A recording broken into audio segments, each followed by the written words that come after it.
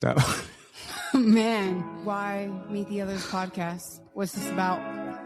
Why are we doing this thing? Why are we doing this dang thing? Who the F? Do we even know what we're doing? Certainly not. Oh, We no. just hooked this thing up tonight. We figured out how to use the mics, and now we're recording 10 seconds afterwards. Gives me comfort. So, I hear you. yeah. So, anyways, Meet the Others. That's us. Still waiting on this car to come and take me home. Things feel a little different now that we grown. Till I turn the ass, sure they put my name in stone. Live how I wanna live, cause we die alone. Hey! Yo! Welcome to another exciting podcast at Meet the Others. What? Oh my goodness. We're coming to you with the heat today. Was that the right one? Yeah, but see, it doesn't do the... I want to just continue to... Oh, It cuts it off. It does. Oh. Well, welcome to Meet the Others podcast. I'm Anissa B. And I'm Choirboy Dank. And today we do not have coffee. Nope. No. Just drinking other liquids. Other liquids. We're doing some water for some wisdom. And what do you got in that cup? In that Hydration. mason jar? Some great value black cherry 0-calorie seltzer drink. Some bubblies. Yeah, but the ice is gone. The bubbles are gone. Oh, It goes quick, you know. it does. It does indeed. I have a water. And then I have these Alani's, yo. I don't know. Yo, these Alani's right here.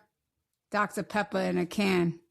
Normally, I can't drink these energy drinks. They get my heart racing and I feel like I'm going to puke.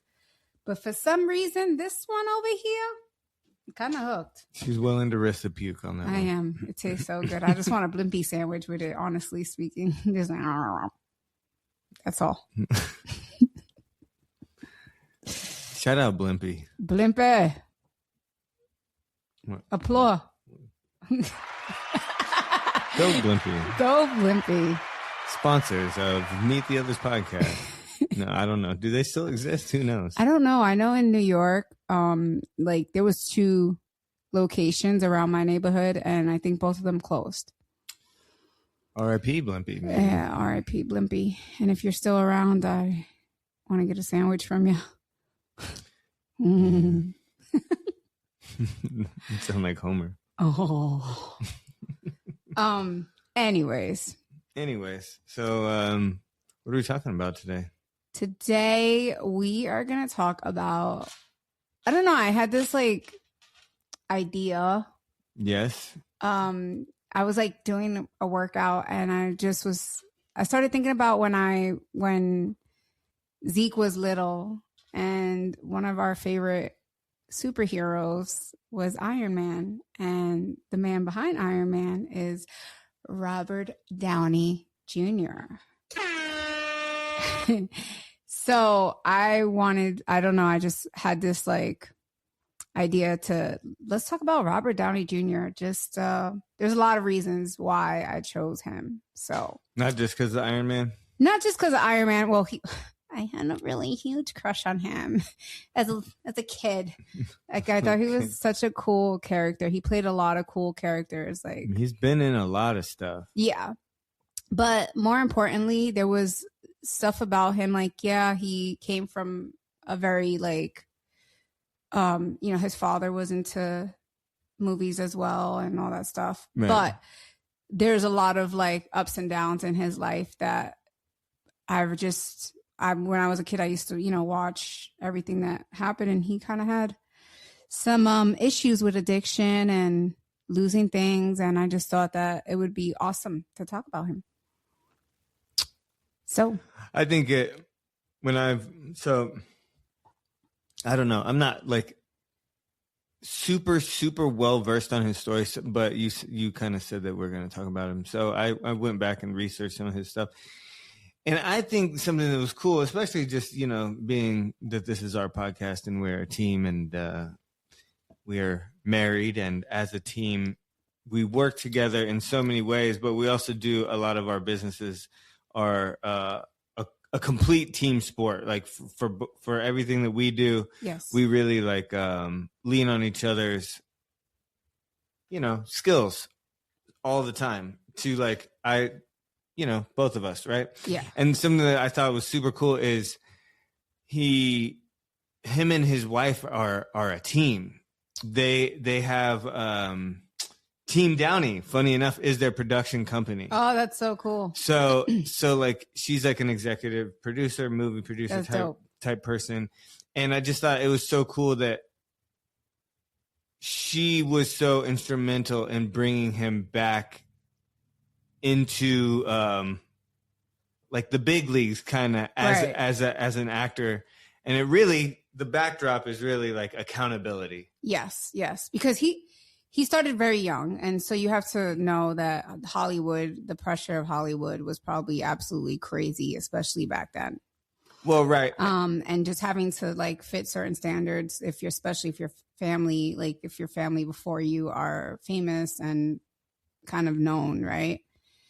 So it's cool that that's like, he started so young and had so many, trial and errors. Right. Yeah, it's valuable. I think it's cool it's cool when we highlight these people to really understand their stories and know that it's not always a straight line. No, it's not a straight line. Do you know some of his movies that you really kind of liked, or? He's been in a lot, some of the stuff that I've seen. I mean, he was in Gothica with Halle Berry. Yes. And he's just done so much. Sometimes it's hard to really even like pin him down, right? Because you go, oh, that was him or whatever. Right. Because I think that now he's just known so well as Iron Man because that became such a big franchise. Yes. Right. Yes. But you go back and he did some, I don't know. There are certain characters that he played in like some of the 90s films and different things. Yes. Where he was like, in Weird Science. He was in Weird Science, which I love. One of the guys with the bra, right? Wasn't he? Wait, no. He was like the artsy student, right. like. And he's played that kind of character a couple times. Yes. And he's got a decent amount of range. So it's hard to pin down, real favorite. I mean, obviously the Iron Man thing kind of sits at the top of my mind when it comes to like dope performances he's done. Yes. But no, he's good. He's dope. The funny thing is you get to know him through those movies.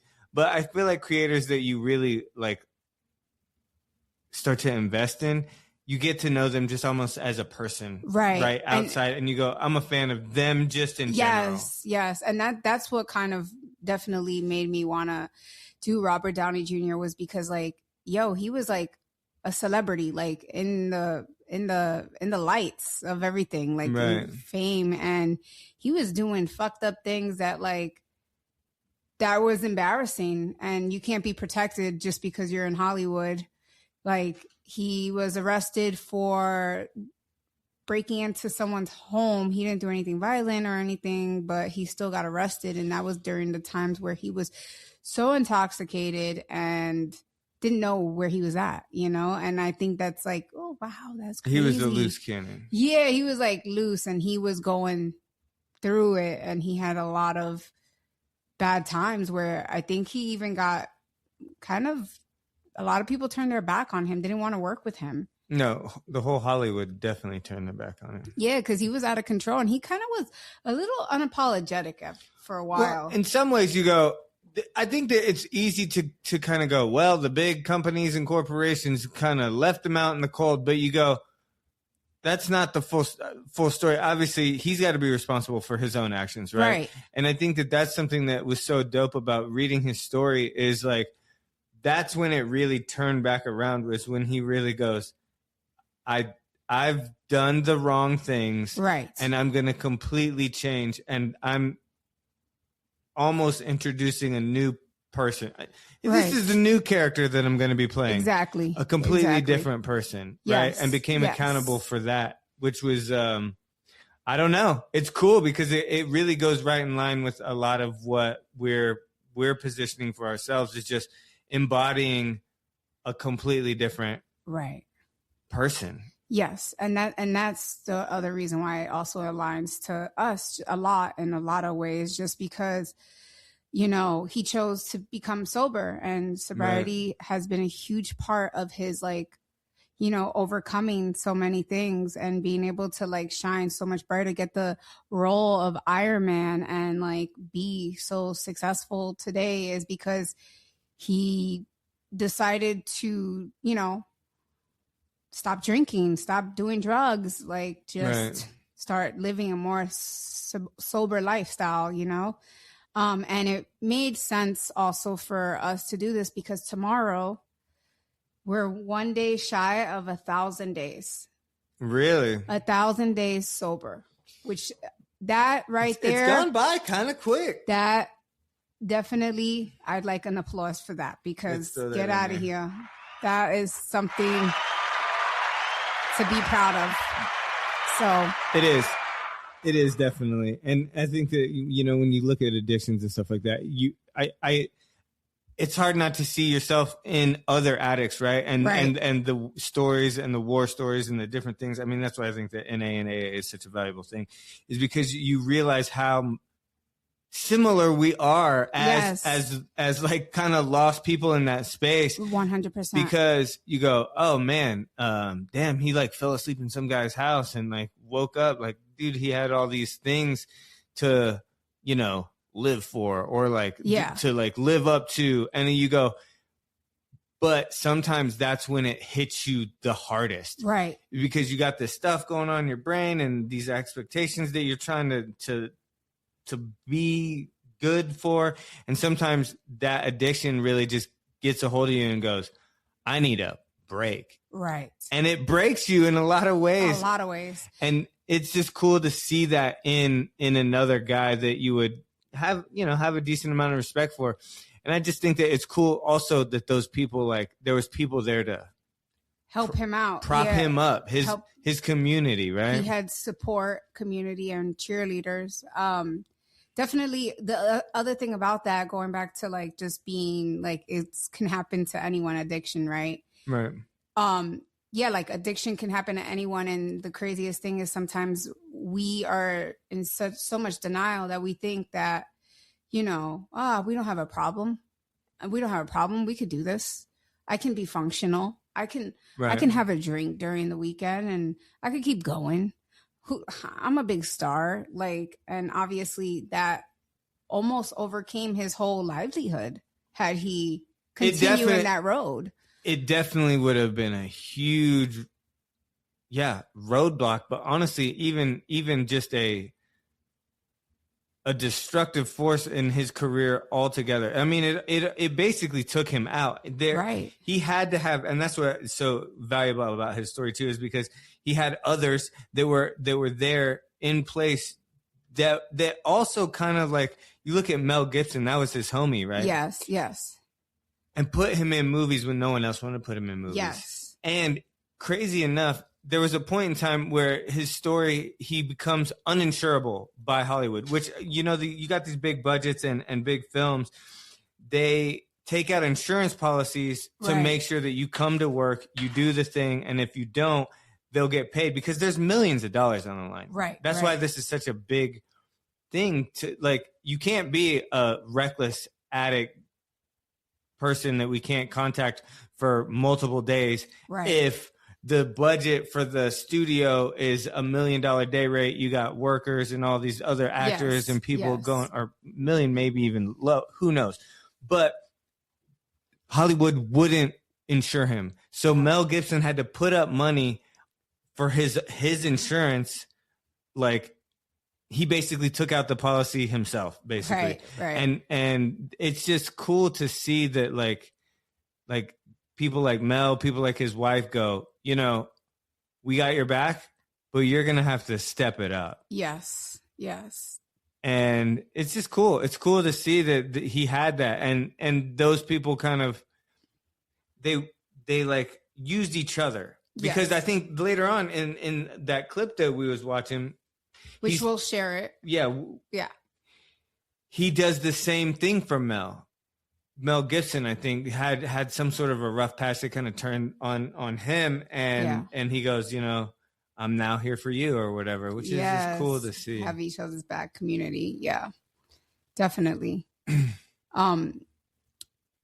Going into like, just kind of like not comparing yourself, but like, where do you feel like things have grown since you've decided like that, no more drinking? Where do you feel, being that 1,000 days are coming up, I just feel like it's necessary to share that with our listeners, like the others who have been there since we were cracking open beers and drinking shots over here on our table. Like, now we don't do that.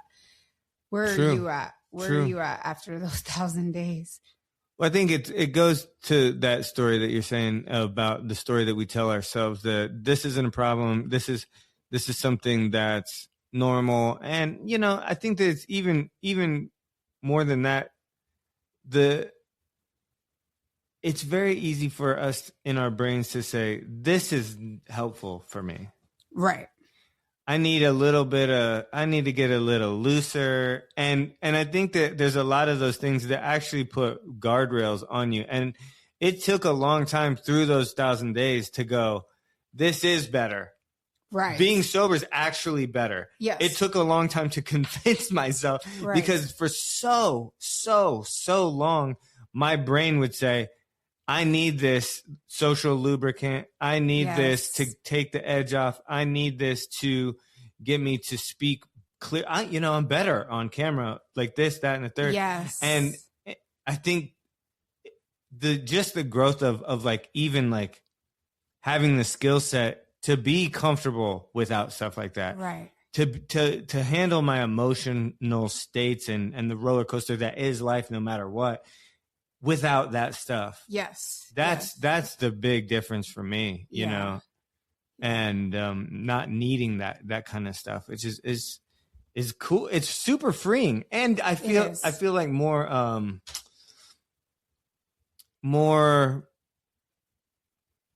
what the word I would say, more equipped as a person, as just human, on this world, to handle things. Yeah.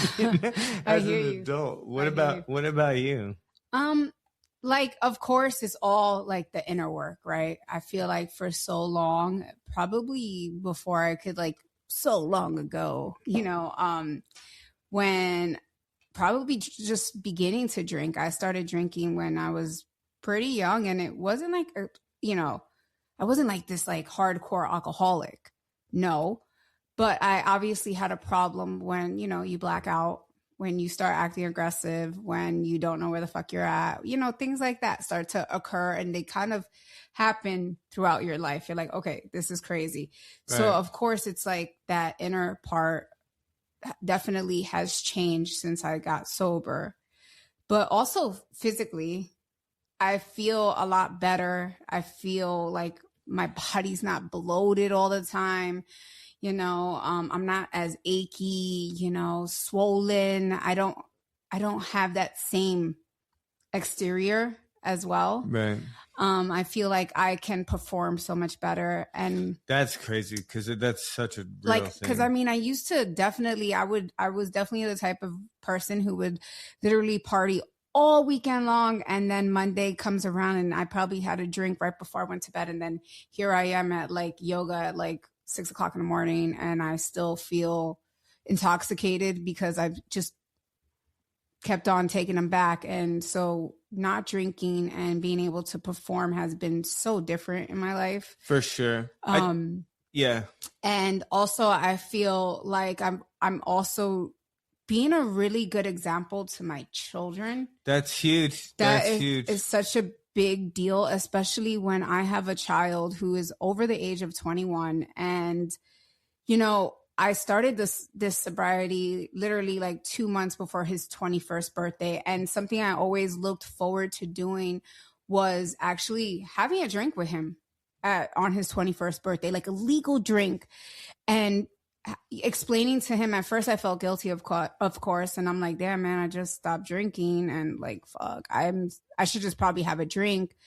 But explaining to him that my sobriety is so important, is so fucking huge, because he's able to see my boundaries and how much I want to like grow as a human, as his mother, like, instead of being like, you know what, for the sake of it, let's go have a shot, like. Well, I think that it also goes back to that same thing of just being, dedicated to what you believe in. Right. No matter the societal norms or even your own guilt, or yes, feeling like, lighten up, give it a break. And I think it's cool to say, you know what? It's not about being I can be lightened up and still have a good time. Yep. And not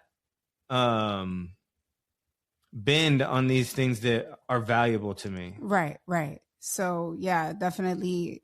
It's always the inner part, but it's the physical, and also just being able to give my kids an idea of like, you don't need a drink to get through life. You can figure it out, like without all that stuff, so.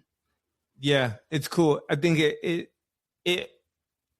I think that it's super cool to really stand on your values and not shake them for anything. No. and not compromise, right. There's something that's so cool about that for the longest time I would probably say, oh, that's lame. Right. And I think that as you go through certain things in your life, and there's different stages, people live in different times of their development or whatever, and, have different ways of interacting with things. But I just feel like there's something that's really makes me feel excited to just live in, this is how I'm going to do it. Right. Determination in not compromising. Yeah. I'm not going to compromise. Yes. And you will find yourself lonely during those self-developments. Like, sobriety is not always like a crowd of people cheering you on, because a lot of people can't accept your growth in them. Like, they see themselves and they see where they're kind of lacking, and so they'll like put you down, or they just will distance themselves from you. Because I've lost all my friends, but the ones that stay and can like respect your boundaries and like respect and honor your sobriety are the people that you want around. So. Yeah, and it's cool because I don't think that you necessarily need, like, I don't need everybody that I hang out with to act exactly how I act. No. I think that would be boring, and we would have really nothing in common. I mean, there'd be nothing to talk about if we're all just, Sally the sobers, repeating the same thing to each other over and over again. So it's nice to have people that have different ways of coping or different ways of doing life.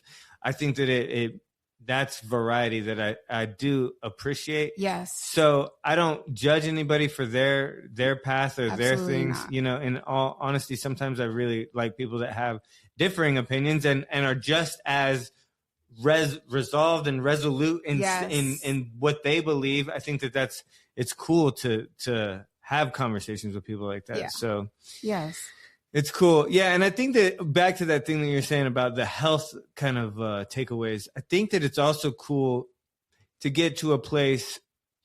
Well, it's just a different thing when you can do the workouts and go, I'm actually at my best. I'm showing up, and I'm showing up for myself in the best way that I can, not putting a badge on your shoulder of like, well, I stayed up till 4 a.m. and I was tanked and I still got up, and like, that used to be my shit. That was really my shit. Like, I would be like, yes, I made it even though I drank all night long. Right. And when I was a kid and a teenager, like, I grew up in this space like a small town where it's like, yeah, you know, you got like extra credit for doing the most stupid shit. Like, oh, I drank 1,000 beers and I drove home, and I did a cartwheel, and and it's like, dude, that's not what you should be aiming for, homie. Right. And especially once you get to a certain age, It's like,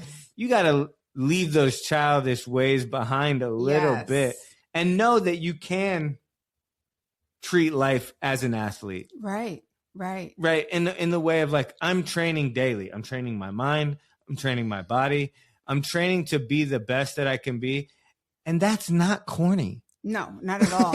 No. And that's the thing too, is that, a lot of, people will throw in balance, and like we're not judging, but when it's hard to balance your life when you're constantly moving, 10 steps forward and then 20 steps back, because you've kind of done all this work all week long, and then the weekend comes and you just fucking tank and decide like, I'm going to drink my ass off all weekend.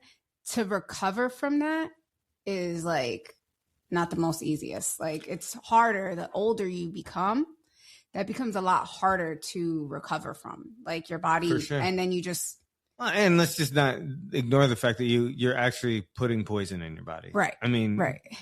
Yeah. You're obviously not going to be as optimal as you can be if you're poisoning your body. If you're fueling your body with crap or putting extra bullshit in the gas tank, then obviously your body's not going to be able to process it at the place that it could, Right. So that's what worked. That's what got us here. We're excited about sobriety 1,000 days. It's huge. It's a huge accomplishment. And I want to say one more thing about balance. I think that balance is easily can become a scapegoat. Oh, yes. And not even just in the alcoholic or the drug use or whatever, but I think that even with like family or like, yes, or like, I'm just showing up for my kids, when it's like, sometimes you got to go, but are you? Right. And like, how? Because, I don't know. I just think that sometimes balance becomes an excuse to not do certain things that you should probably or shouldn't. Like, right. I think that there is a place for balance, but I think that it's easy to, you got to balance the balance. Yeah. You got to balance how much you're allowing yourself to take off. Like, right. Have the piece of cake, right. Play the video games, yes, do the stuff with your family, and don't let that shit get out of alignment or overweighted. But I think that also, don't allow balance to become an excuse to be less than you can be. Yes, 100%. Yeah. No, I'm excited. 1,000 days, like, dude. Yeah, tomorrow. 1,000 days. Every Sunday I normally put up like on my Instagram, I like to like be like, 900 days, 10 days. Like, I like to announce that because it's such a huge accomplishment. When you deal with mental health, sometimes your mind still kind of makes you wonder, like, maybe I should just numb this shit out of this. And when I can overcome Sundays, I'm like, oh shit, Sunday's here, and guess who's not fucking hungover? Me. So I always look at the days, like, I'm like, what day from this day makes it almost the days, Right. And I just saw that today is 999, and I was like, oh shoot. Do you have a counter, No, I just look it up. I just every day I look it up. Really? Every Sunday I look it up to see where we're at. And I know that we're here together with this because we both decided to start at the same time. So, well, that goes back to the Robert Downey story. Yes. Honestly, it really does. It's kind of full circle because his wife almost put down a ultimatum. And I think that that's so dope. And I think that that's really, we wouldn't have, or at least I wouldn't have made it this far if it wasn't for having you as a support through it. Same. Because, she kind of put the ultimatum: no chaos, no drugs, yes, none of the funny business. And it's cool because you go, sometimes back to the balance in the whole thing is like, like you go, wow, what kind of love is that? Love has these conditions or whatever. Right. Like, how are you really supporting if you're making them walk the plank to some degree? Right. But you got to turn that perspective on its head and say, but that's what love is challenging. seeing the potential in someone that you love and going, I'm not going to let you be here when I know that you can be here or even higher than I can. Like, I'm going to push you. I'm going to be your, step. I'm going to hold your foot so that you could get higher, Yep. So it's cool. Yeah, for sure. It's cool to, so relate to that. That's why I really wanted to talk about Robert Downey Jr. too. And I'm just glad that we have this day to do that because of the fact that it is our 1,000 days are coming up and we freaking did it together and it was not easy. And I feel like Iron Man. Definitely one of my favorite movies. Also, I don't know if you know Sleep in Dreams. Do you remember In Dreams or no? I don't know. Oh my goodness. That was a good movie to watch. And Iron Man, Avengers, Weird Science. Check out those old school ones, man. Those things are one of my favorite. I just love him as an actor. Seriously. He's always been such an outcast and unapologetically himself. And I think that's what I like the most about him. Like, you could just tell he's like, bro, I am who I am and I fucked up, but I also can accept my mistakes and I can grow from them. And that's important as like a message for everybody watching today or listening.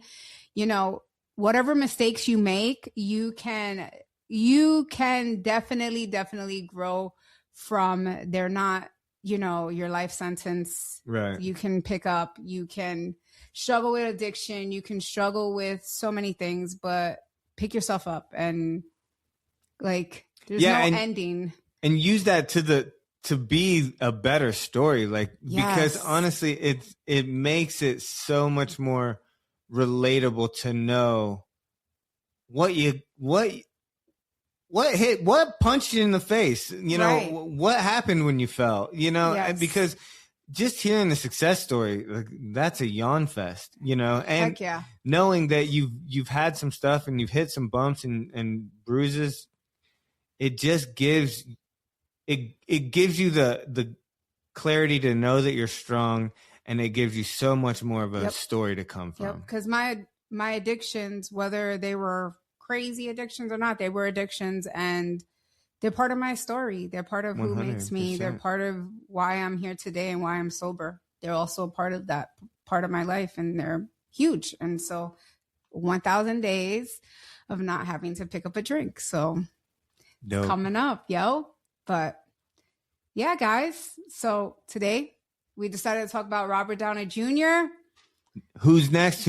I don't know. Who's next? We don't know. If you got any suggestions, throw them in the comments. Yes, we love talking about outsiders, other people who are, struggle with addiction, just, their backs, like people turning their backs on them, all that stuff. We love talking about that stuff. It's definitely inspiring. We want to inspire people. Yeah, we want to share the stories. We want to know more, and we want to, take some notes and use it to help us. And if you're sober, put in the comments like how long you're sober. Yeah, let's hear about the journey. I would love to celebrate all of y'all, like, for real, because don't think for 1 second sobriety is whack. It is such a different life, and it's I don't know. I'm very, very proud of myself, and I'm proud of anyone who else is taking being sober, So, but yes, this is Meet the Others podcast. Till next time. Peace. Actually, I asked Mel to present this award to me for a reason, because when I couldn't get sober, he told me not to give up hope, and he urged me to find my faith. Didn't have to be his or anyone else's, as long as it was rooted in forgiveness. And I couldn't get hired, so he cast me in the lead of a movie that was actually developed for him, and he kept a roof over my head, and he kept food on the table. And most importantly, he said that if I accepted responsibility for my wrongdoings And if I embraced that part of my soul that was ugly, hugging the cactus, he calls it, he said that if I hugged the cactus long enough, I'd become a man of some humility, and that my life would take on a new meaning. And I did, and it worked. All he asked in return was that someday I help the next guy in some small way. It's reasonable to assume that at the time he didn't imagine the next guy would be him.